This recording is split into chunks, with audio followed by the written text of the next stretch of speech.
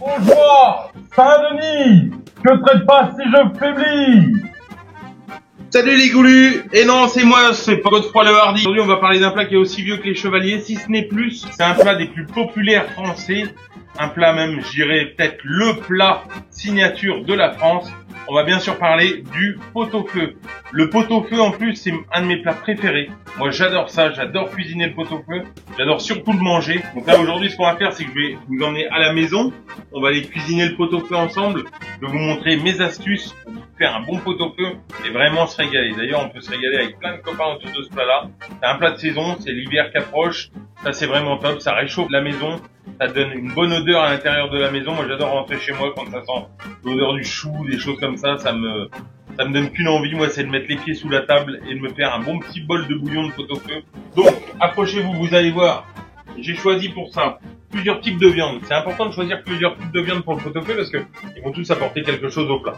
Là, on a commencé par un beau morceau de paleron. Le paleron, c'est quelque chose que j'affectionne. On le reconnaît bien avec son air dans le milieu. C'est très très fondant. Ça, c'est un morceau d'épaule.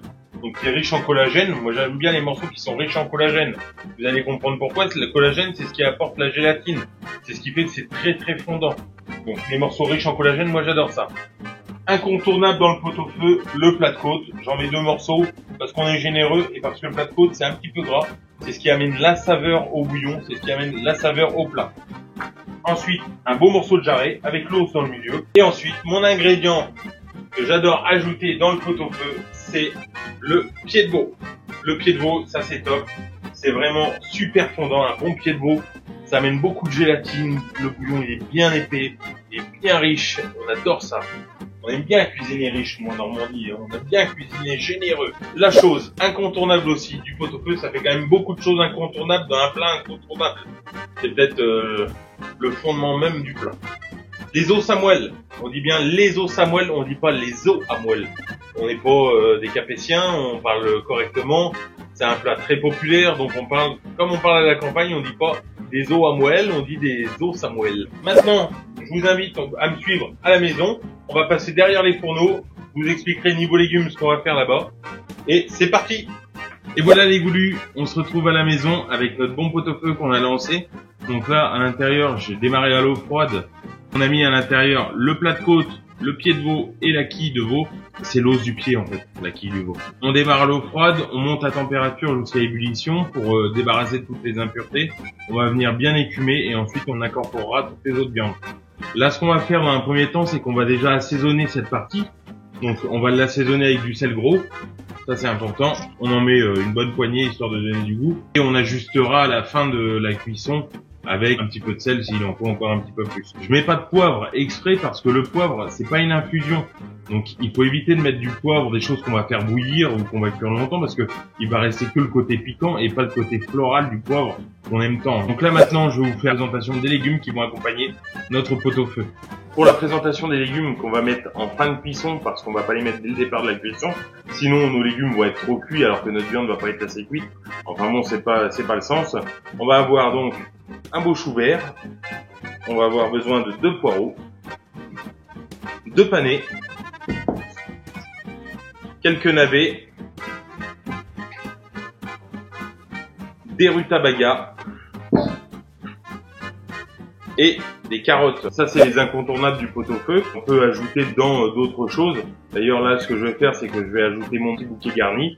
Donc, agrémenté d'un oignon, de feuilles de laurier et une branche de thym pour donner un petit peu de parfum à notre bouillon. Et donc, voilà, comme je vous le disais, ça fait 20 minutes. Là, on va écumer avant qu'il y ait ébullition. Dedans, j'ajoute le reste de ma viande. Donc, mon morceau de paleron, mon morceau de jarret. Et à partir de maintenant, on sait qu'on en a à peu près pour 3 heures. Je mets pas les os à moelle à l'intérieur. Pourquoi? Parce que moi j'adore la moelle. Donc là j'ai déjà l'os de la quille, plus l'os du jarret qui vont amener toute la saveur au bouillon. Les 3 autres os, ce sera juste pour le plaisir à tartiner sur du pain grillé.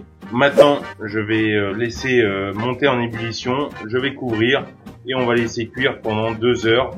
Et ensuite on ajoutera nos légumes. Vous allez me dire, pourquoi tu coupes ça? Pourquoi t'épluches ça avec ton petit couteau? Donc là c'est pas un couteau d'office, hein. C'est mon couteau de poche, hein, c'est mon petit laïol. Toujours sur moi. J'épluche mes légumes avec ça. Enfin, pas tous les légumes. J'épluche les navets et les rutabagas avec ça parce que les navets et les rutabagas, Ils ont une peau un petit peu plus épaisse qui peut être désagréable, donc ça s'épluche pas à l'économe, ça s'épluche avec un couteau d'office. En fin de vidéo tout à l'heure, je vous ferai voir, j'ai ma petite manière à moi de manger le bouillon du pot-au-feu, c'est un truc qui me vient de la cabane de chasse, c'est le petit plaisir, je vais vous expliquer, c'est une petite coutume qu'on veut, que c'est rigolo quoi. Mais là, il y a déjà des petites malines qui vont me dire, mais au fait, dis donc, et on peut diminuer le temps de cuisson si, admettons, on mettait ça dans une cocotte minute. Alors très bien, moi je dis, ceux qui ont des cocottes minutes, faites ce que vous voulez chez vous. Moi j'ai pas de cocotte minute, je suis pas de la famille cocotte minute.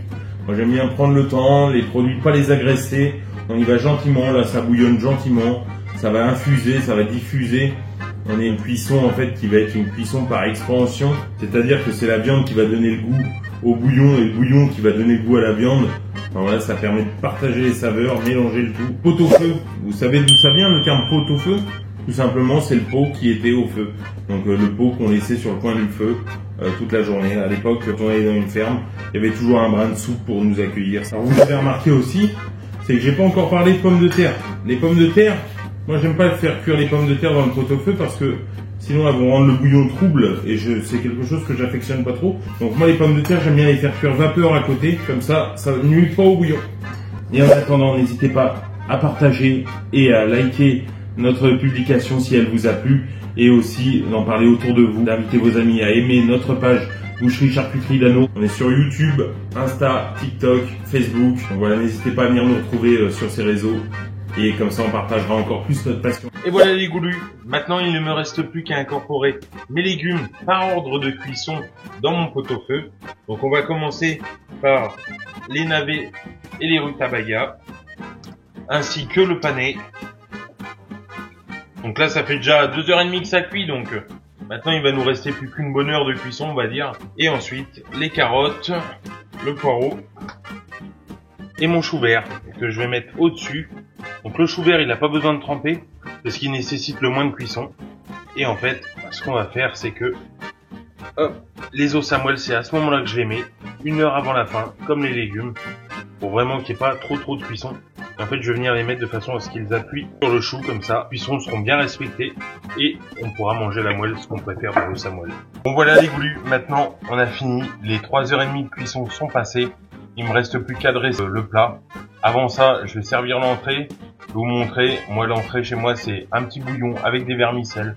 Quelque chose de tout simple, c'est quelque chose que j'adore. Là vous n'avez pas l'odeur mais c'est vraiment agréable. Les os Samuel, ils sont juste cuits, c'est parfait. Donc, je sers l'entrée avec le bouillon, on se rejoint tout de suite. Et voilà, un petit plaisir du soir, tout simple. Un os Samuel, du pain grillé, une petite soupe. Hop. Je mets 2 tours de moulin, de sel, un petit peu sur mon os aussi, un petit peu de poivre, du moulin pour agrémenter tout ça parce que c'est bon. Moi je me dis ça fait partie des plaisirs simples de la vie. Samuel là il est parfait. Crac.